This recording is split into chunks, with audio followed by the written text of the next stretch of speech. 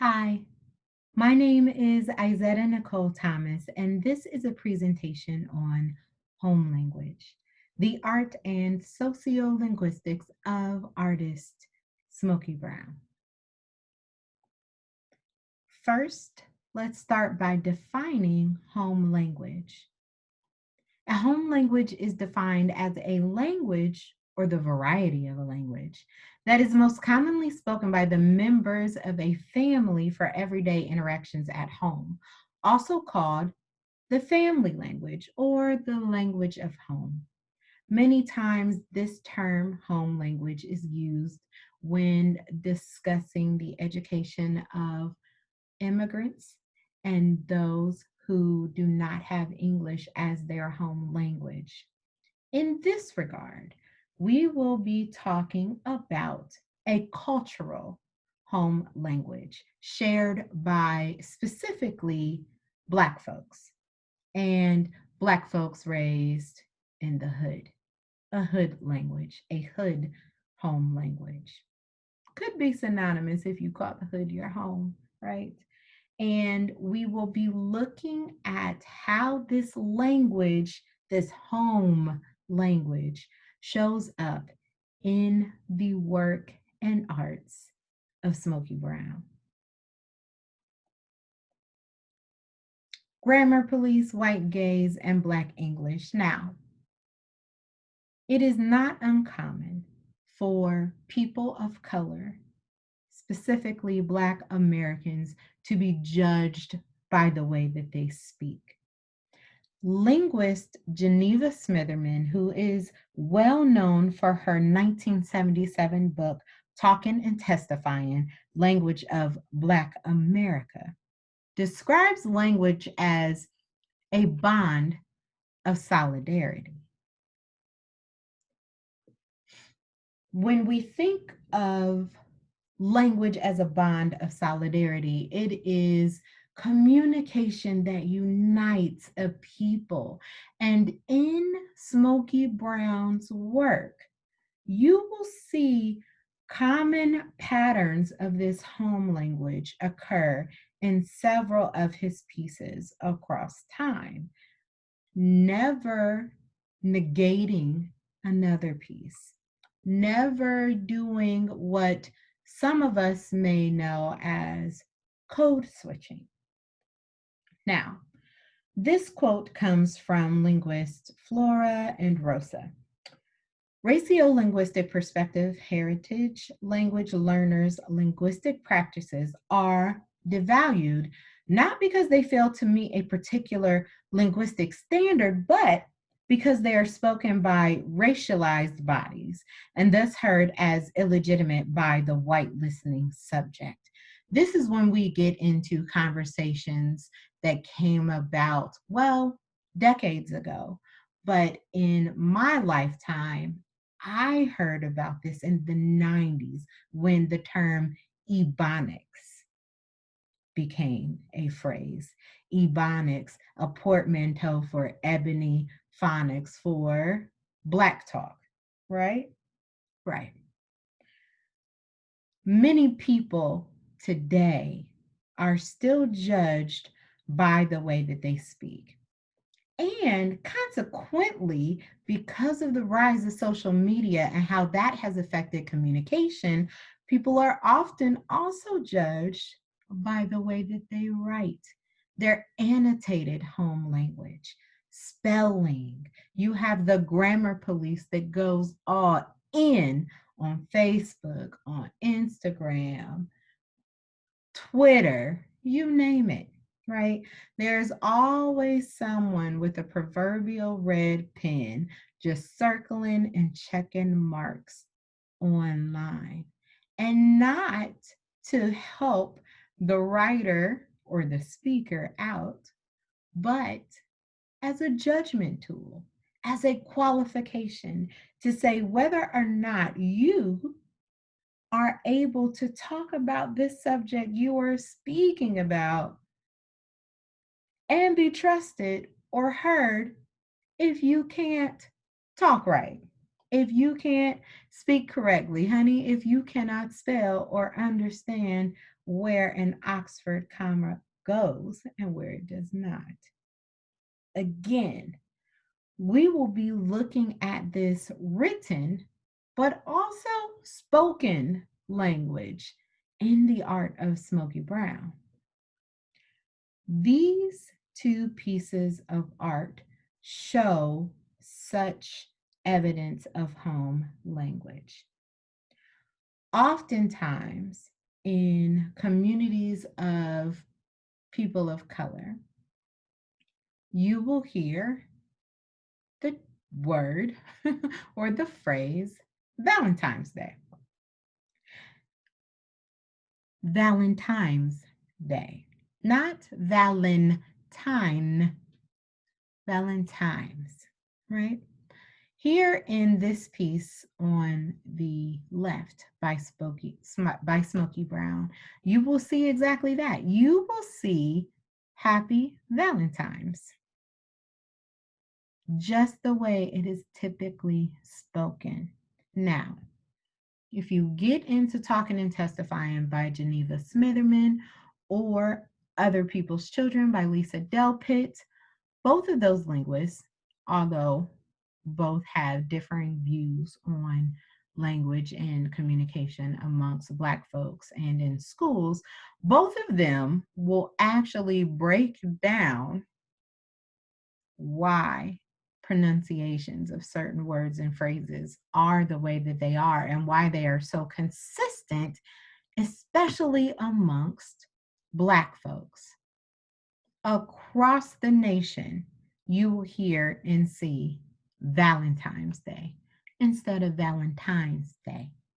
And we'll get into roots of language in a second. On the other side, inside brother's heart is time. Inside brother's heart is the good. And then you also see by Happy Valentine, Grandpa Smoky. Brother's heart. Brothers in this instant looks plural, not possessive. Now, you can judge that if you want to.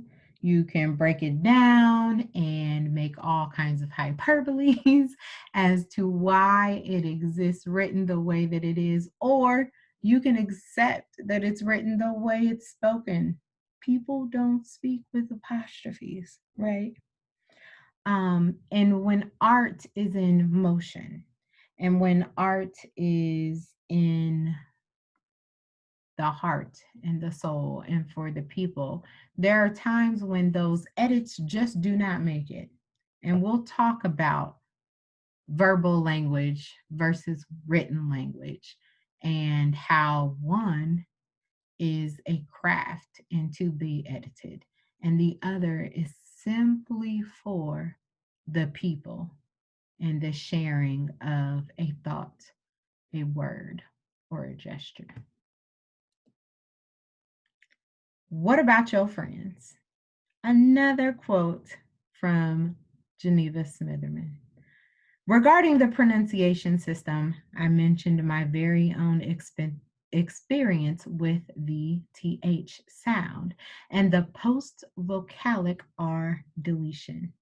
Another interesting feature is the tendency to end all syllables with a vowel sound. For instance, in the Yoruba language, the consonants at the end of words are not sounded.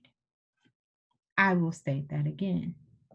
For instance, in the Yoruba language, which is West African, the consonants at the ends of words are not sounded. Many Black folks here in America, many Black Americans whose ancestry is in the roots of enslaved Africans who were brought to the Americas, not by their own will. Many of our folks were taken from West Africa. And so a West African language that does not pronounce consonants at the end of words, well, that would show up in the learning of American English. Okay. So when you look at this particular piece, Three Folk Artists by Smoky Brown, and down in the left bottom corner, you will see my art friends. Friends, not friends, right? But friends, the way it sounds, the way most people, and especially most Black folks here in America, pronounce it when talking to one another. You hear it in songs. That's the play on the title, TLC, What About Your Friends, right? Um, Also, you if you think about the quote from Geneva Smitherman, you may also think of the exaggeration of certain words, right? And how there's a tendency to end all syllables with a vowel sound, right? So an example could just be, girl, what are you talking about? Right? There's that extra la or at the end of girl. There is the deletion of the T, which you talking about, right? What about your friends, right? The R left off of your, the D left off of friend. However, the message is still the same. It is still intelligible language, right? Um, with Smoky Brown's art and with the written word coming into play in his art, but written as it's spoken, that can oftentimes be a misconception that he was illiterate, that he did not know how to write well, that he was not a good speller. First and foremost, folks make mistakes. Second, who says this was a mistake? I don't personally see it as a mistake at all. I see it as the use of home language and who this art is for.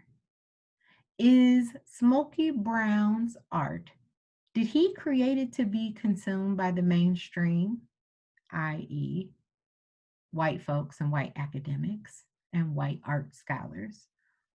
Or did Smoky Brown create art for his people, for his home, for the hood? I believe that the latter is the truth. And that is why we see language represented in his art the way that it does. Here is a quote from Lisa Delpit, 1997, in the Real Ebonics Debate, an article. While conversational talk is spontaneous and must be responsive to an immediate context, writing is a mediated process which may be written and rewritten any number of times before being introduced to public scrutiny. Consequently, writing is more amenable to rule application. One may first write freely to get one's thoughts down, and then edit to hone the message and apply specific spelling, syntactical, or punctuation rules. Art, and specifically Smoky Brown's art, because that's who we're talking about today, is seemingly spontaneous and responsive. The immediate context being who he is talking about and who he is talking to, right? So when you are in conversation with your people, with your family, with your friends, how often do you edit your words? Probably not much at all, to some chagrin of your friends and family. Just because we see the word written, and there are lots of words written and present in Smoky Brown's art, does not mean that he was writing it for public scrutiny or public consumption. Again, whose art is this? Not just who was the creator, but who was it created for? If you are creating art for folks that you love, do you need to edit it? How often do you edit your love? At the top of this art piece, you will see the word remember. At the top of this art piece, you will see the word remember, spelled remember. Without thinking about it, how often do you stretch that hard B in that word? Did you hear it the first time I said it? Were you listening for it? Were you listening for its deletion the third time that I spoke that word? Probably so. If you were to hear someone in your home speaking and just casually saying, remember, would you be looking for that B? If you heard a politician stand at a podium and say, remember, instead of remember, how would you feel? Would you begin to judge them? Very likely, because that conversation would be for a certain people and subject to a certain public scrutiny. But this is not a speech. The language present in Smoky Brown's work is not an essay. It is not for public consumption. It is for a particular people. It's for his family. And in that case, a B doesn't change the notion or the feeling or the context of the sentiment. If anything, its deletion may add to the feeling of the piece. It may add more personality, more comfort. It is a true example and depiction of home. Here are two more pieces. You can take a look at them. You can find the so-called spelling errors in the painting on the left side. Show me where my rights, Dad, I'm innocent. Innocent is spelled phonetically correct, but not in proper English, right? But then you look at where. Do you see that at the top? Do you see the upside down question mark in front of where and then the question mark after where? We typically do not see this present in the English language, but we do see it in Spanish, right? So there is a different cultural and or dialectical presence in this space, right? There's that. When you look at the painting on the right, Time by Smoky Brown. Dad, you in jail? I'm sad. No more. Dad's home. End. Too late. You can take the time and you can scrutinize and pick and prod and red pen this all you want. What should it say instead of Dad, you in jail? Should it say, Dad, are you in jail?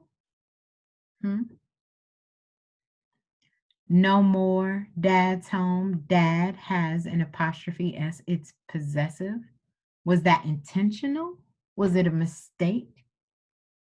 Or does it mean Dad is home? Is it, the combination of those two words? And then the N, too late. Too. That's always a constant fight in the internet days of today, right?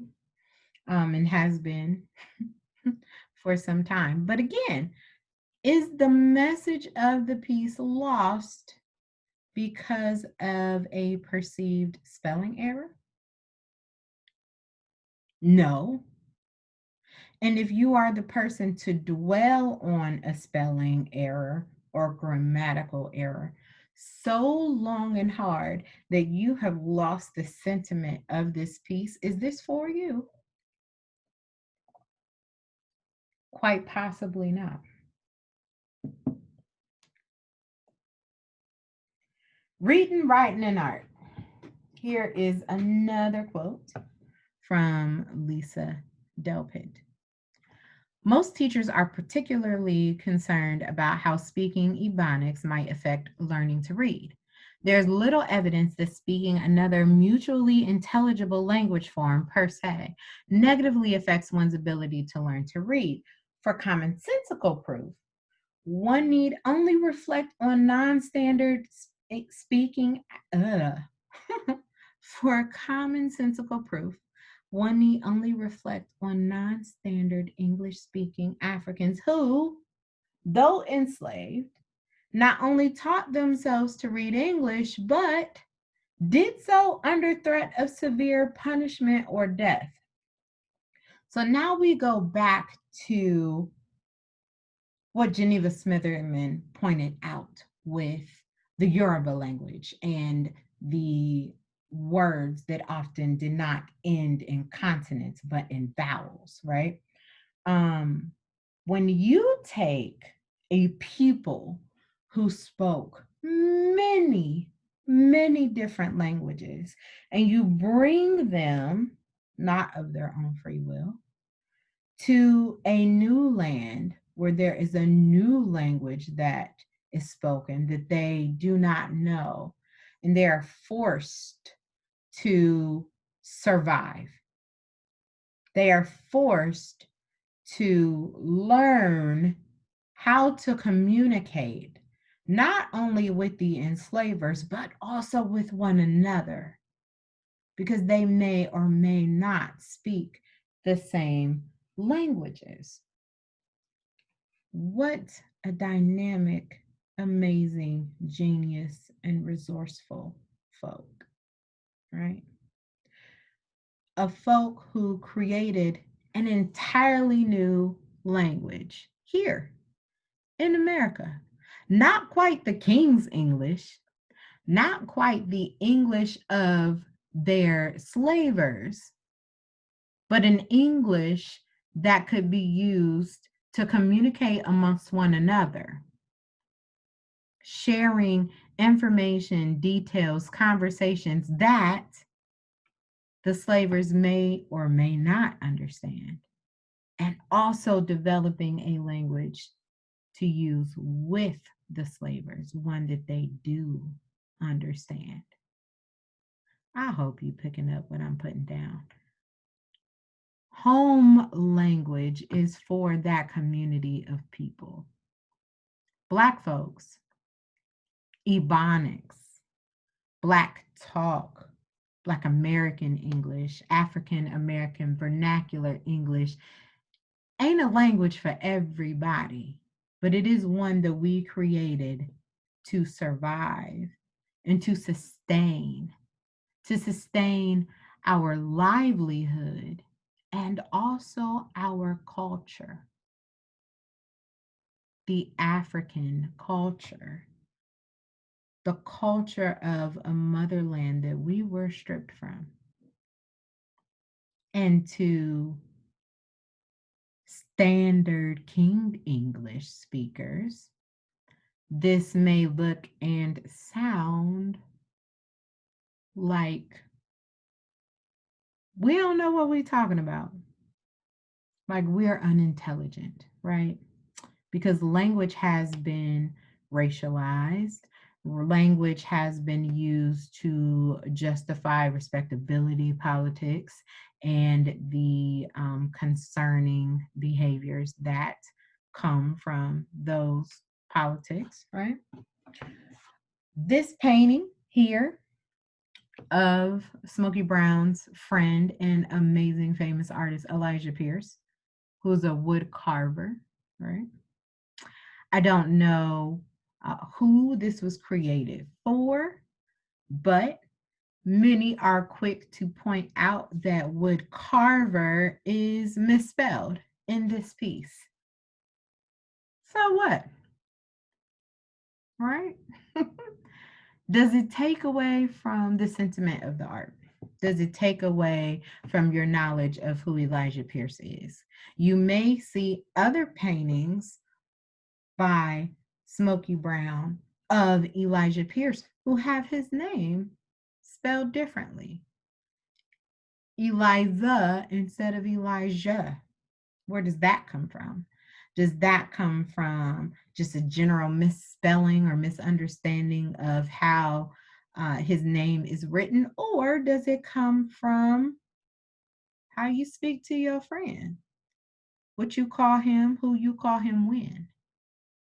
Some of us will never know that, but to judge a person based on that, because Smoky Brown was often called an outsider folk artist.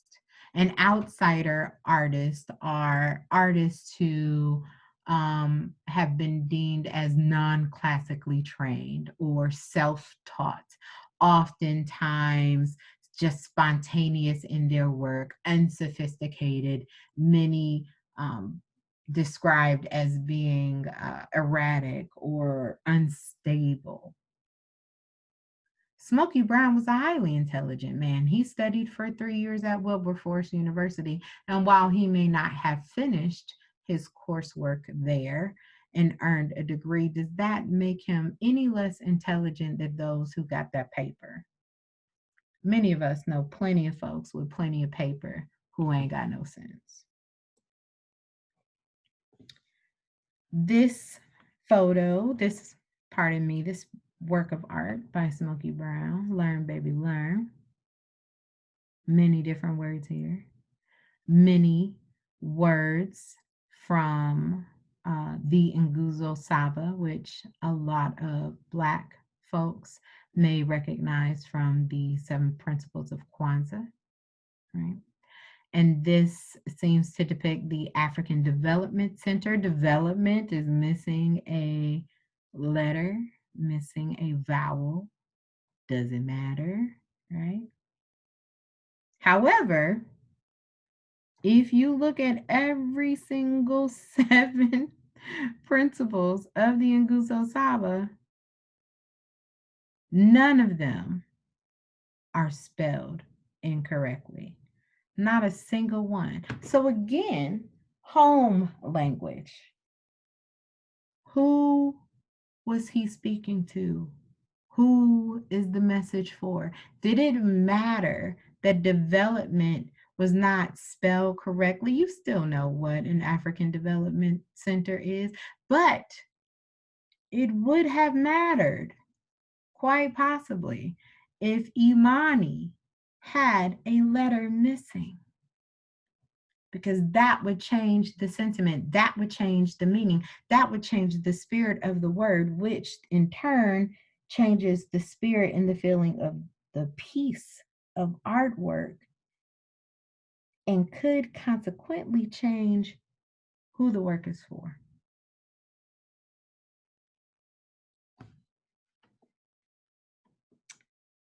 In my opinion, when we are speaking of language and how language is present in the work of Smoky Brown, He is a bi-dialectal genius, right? Smoky Brown was nobody's dummy. Nobody's dummy. So here we have a quote from Smoky Brown. And it says, I create images that are socially significant or that have impressed me in some way. It is important to reach out to others through my art. My artwork touches a broad audience. As it flows through society, it extends itself to audiences and locations that I physically cannot. Because art travels, it's important that its travels carry a message that is significant.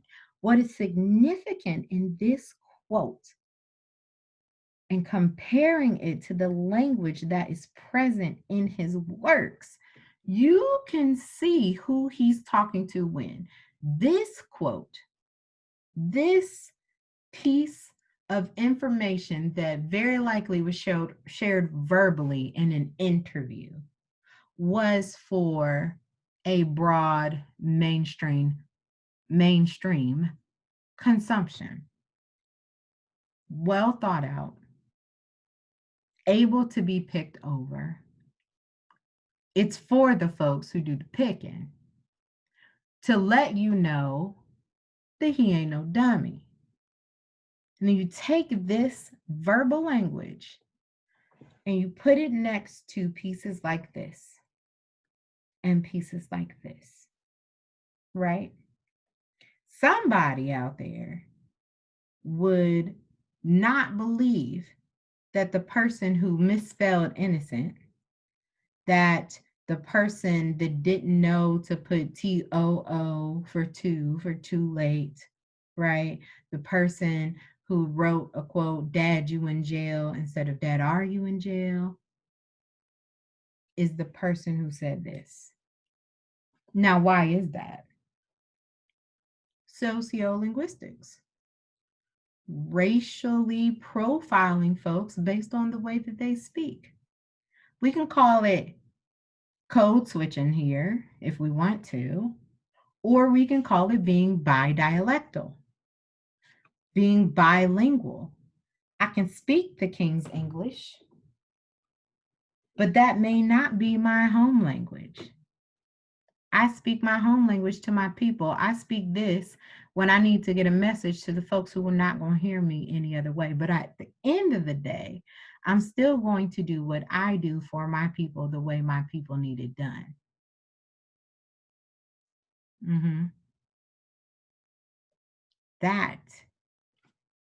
That was the bidialectal genius of Smoky Brown. Now, I am by no means a scholar of his work and or language, but I am constantly learning. And so here are references and resources for you so that you too can get to understand language, specifically the language of Black folks and people of color here in America, and how biases are formed around certain groups and communities of people due to language. And get to know a little more about Smoky Brown as well. So I highly recommend these readings. Some are more recent than others, but this is a conversation. Sociolinguistics and raciolinguistics have been conversations for decades, very likely centuries, right? Talking and Testifying being one of the oldest books that I know of that first brings up the topic of Black English and the derivation of Black English and all of the rules that come with it. Because that's the thing too. And that is present in Smoky Brown's work. There are rules around home language and how Black folks speak to one another and what works and what doesn't work. That's what we know, why we know when folks are clowning and trying to be funny and not doing this thing right. Like that cool white teacher who's trying to, understand and reach out and build rapport with other students and using all of the slang, all of the wrong, right? So there's that. But I hope that you enjoyed this presentation, and I hope that it gave you a new perspective of Smoky Brown's work, of socio and linguistics, and its presence in art. Have a good one.